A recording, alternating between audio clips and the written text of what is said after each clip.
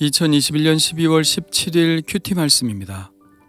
요한계시록 20장 1절로 15절입니다.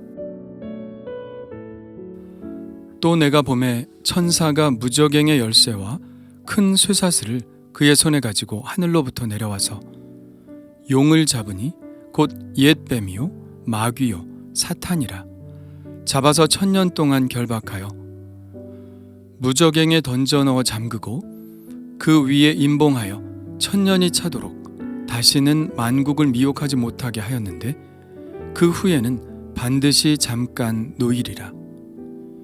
또 내가 보좌들을 보니 거기에 앉은 자들이 있어 심판하는 권세를 받았더라.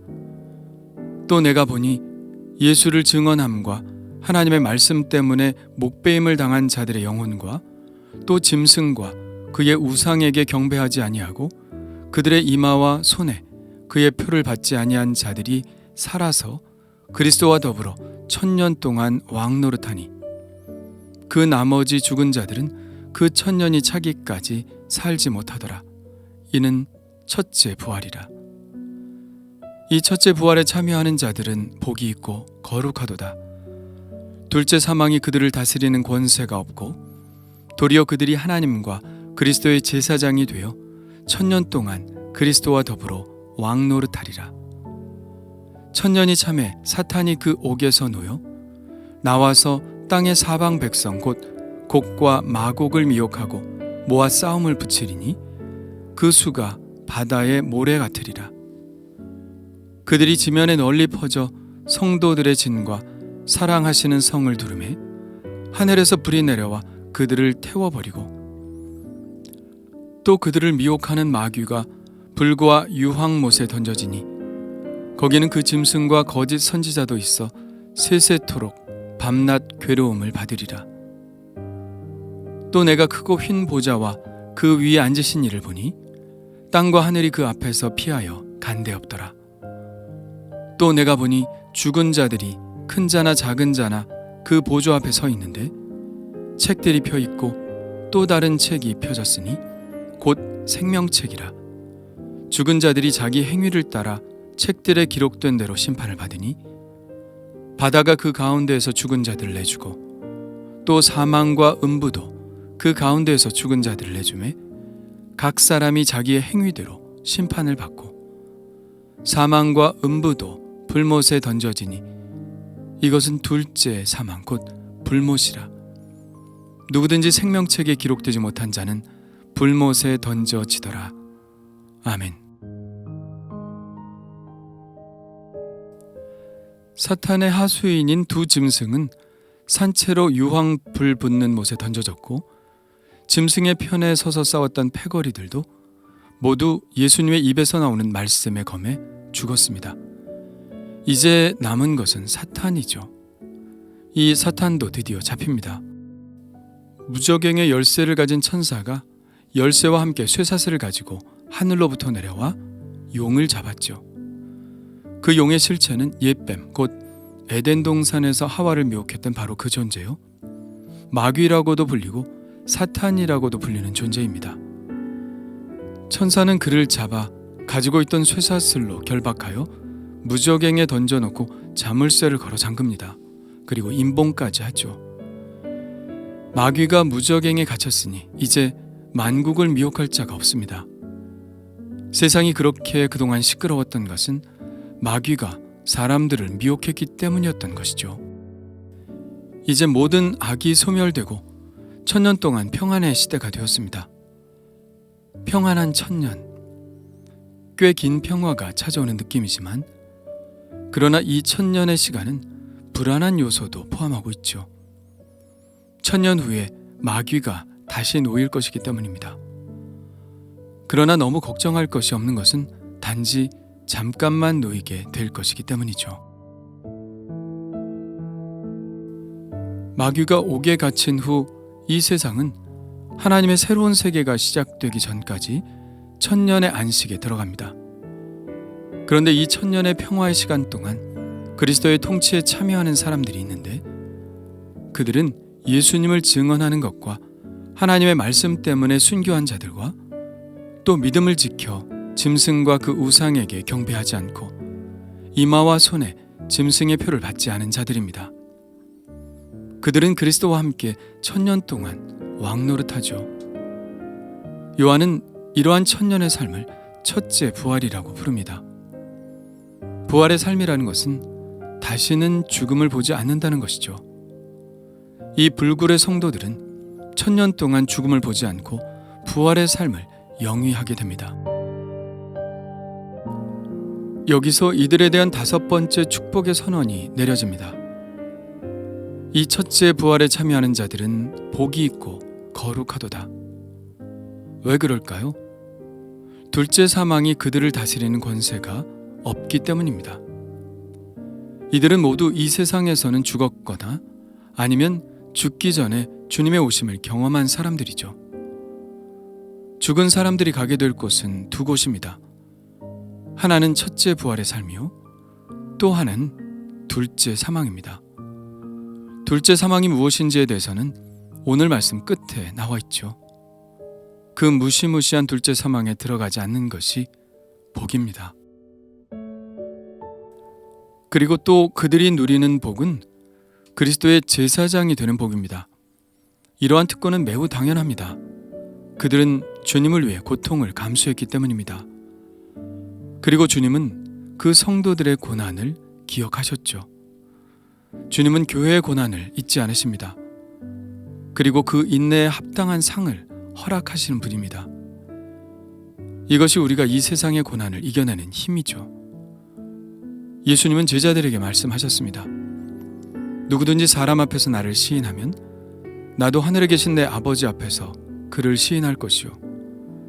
누구든지 사람 앞에서 나를 부인하면 나도 하늘에 계신 내 아버지 앞에서 그를 부인하리라. 자기 목숨을 얻는 자는 잃을 것이요 나를 위하여 자기 목숨을 잃는 자는 얻으리라.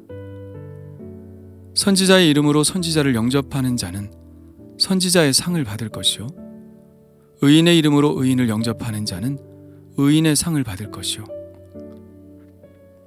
의인을 영접하기만 해도 의인의 상을 받는데 그리스도를 위해 목숨을 내놓은 사람들이 받은 상이야 오죽 당연하지 않을까요? 요한은 그 안식의 1000년이 지난 후에 벌어질 일도 봅니다. 1000년이 참에 사탄이 그 옥에서 놓여 나와 마지막 싸움을 준비합니다. 땅의 사방 백성 곧 곡과 마곡을 미혹하고 모아 싸움을 붙이죠. 그 수가 엄청나서 바다의 모래처럼 보였습니다. 그들의 총 공격 대상은 성도들의 진과 사랑하시는 성입니다. 그들은 그것들을 애워싸죠. 그러나 이 싸움은 마귀의 마지막 객기에 불과합니다. 그는 이미 하늘의 전쟁에서 패배했고 지상에서도 패배했습니다. 이미 패배했는데도 불구하고 그의 반항은 멈출 줄 모릅니다. 그는 그 이름에 걸맞게 미혹하는 자로서 끝까지 자기의 본성을 거스르지 못하고 미혹할 수 있는 사람들은 다 미혹하여 하나님과의 마지막 싸움을 벌이죠. 그러나 그의 마지막 반항은 너무나 쉽게 끝이 납니다.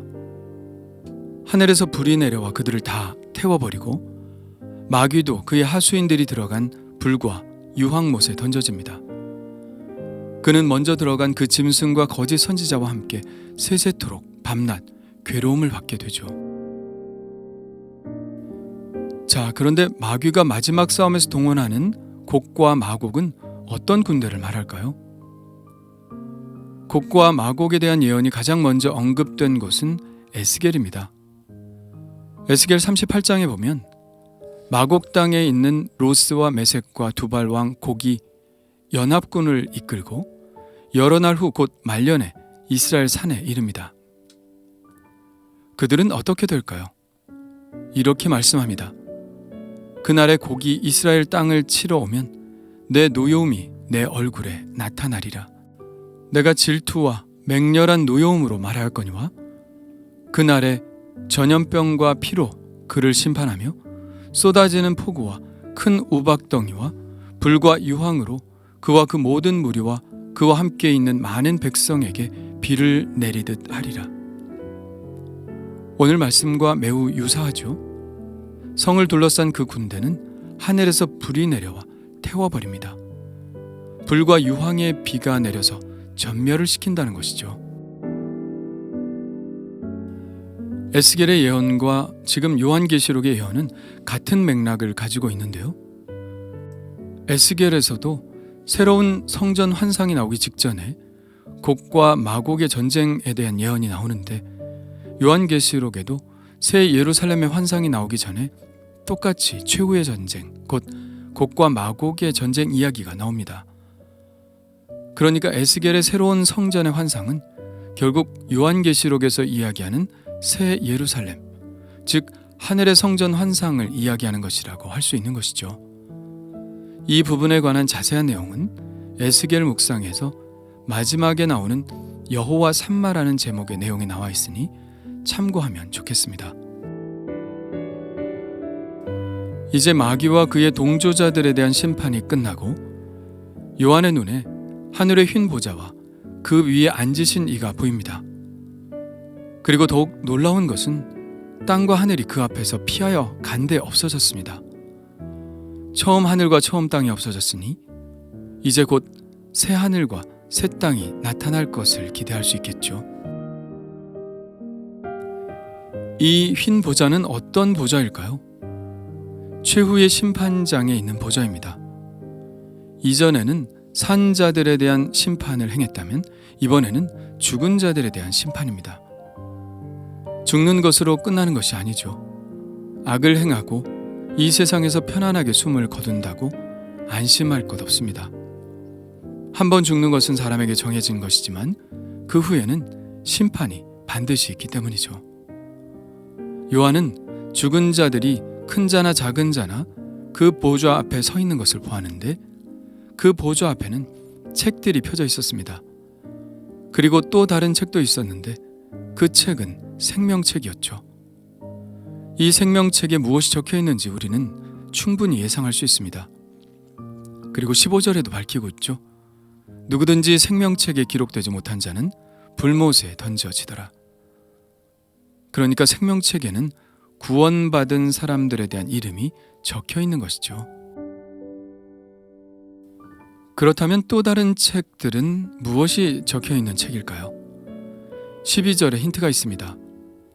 죽은 자들이 자기 행위를 따라 책들에 기록된 대로 심판을 받으니. 그러니까 이 책들에는 죽은 자들의 살아있을 때 행위들이 다 기록되어 있는 것이죠. 심판은 바로 그 적혀 있는 대로, 그 사람이 살았을 때 행한 그 행위대로 심판을 받는 것입니다. 13절에도 그 행위대로 심판을 받는다고 다시 한번 분명히 밝히고 있죠. 바다가 그 가운데에서 죽은 자들을 내주고 또 사망과 음부도 그 가운데에서 죽은 자들을 내주매 각 사람이 자기의 행위대로 심판을 받고, 그리고 그 심판의 결과는 14절의 말씀처럼 둘째 사망, 곧 불못입니다. 6절에 나오는 첫째 부활이 믿는 자들에게 부여된 하나님의 궁극적인 구원을 이야기하는 것이라면, 여기에 나오는 둘째 사망도 최종적이고 궁극적인 사망을 말하는 것이죠. 우리에게는 두 번의 남이 있고 두 번의 사망이 있다는 것을 보여줍니다. 첫 번째 남은 육체적인 남이고 두 번째 남은 바로 거듭남, 곧 구원을 얻는 것이죠. 우리는 이 세상에 있을 때 이 두 번의 남을 경험할 수 있습니다. 육으로 난 것은 육이고 영으로 난 것은 영이죠. 그리고 두 번째 사망이 있습니다. 첫 번째 사망은 육체가 죽는 것입니다. 이것은 누구나 경험하는 것이죠.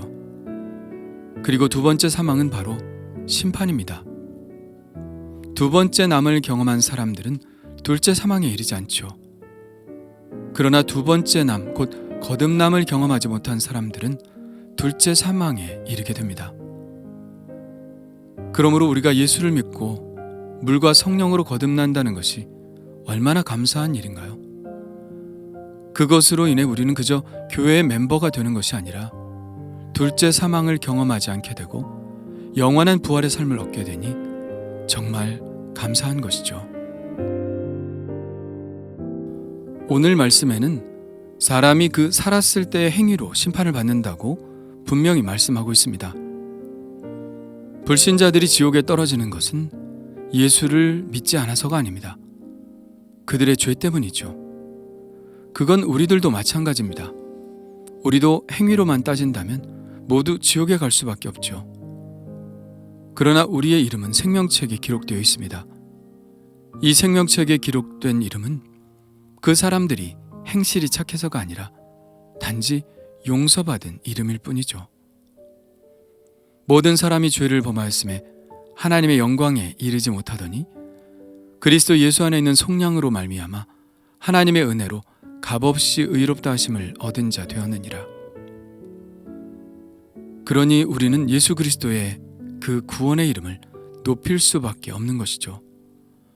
이 재앙을 피하게 하시고 영원한 부활의 삶을 선물로 주신 주님께 감사할 수밖에 없는 것이죠. 주님 감사합니다. 영원한 불못에 들어갈 수밖에 없는 이 죄인을 위해 이 땅에 오셔서 구원의 소식을 전해주시고 그 복음을 믿고 구원을 얻게 해주시니 감사드립니다. 그리고 오늘 말씀을 통해 그 구원의 가치가 얼마나 큰 것인지 더 깊게 느끼게 하시니 감사드립니다. 언제까지나 주님 편에 서서 믿음을 지키고 인내함으로 주님께서 다스리시는 그 나라에서 주님과 함께 살기를 원합니다. 온전히 저를 불쌍히 여기셔서 구원해 주신 주님의 그 사랑을 생각하며 오늘도 겸손한 가운데 감사의 마음으로 주님께 순종하게 하여 주옵소서. 영원한 생명의 주이신 예수 그리스도의 이름으로 기도합니다. 아멘.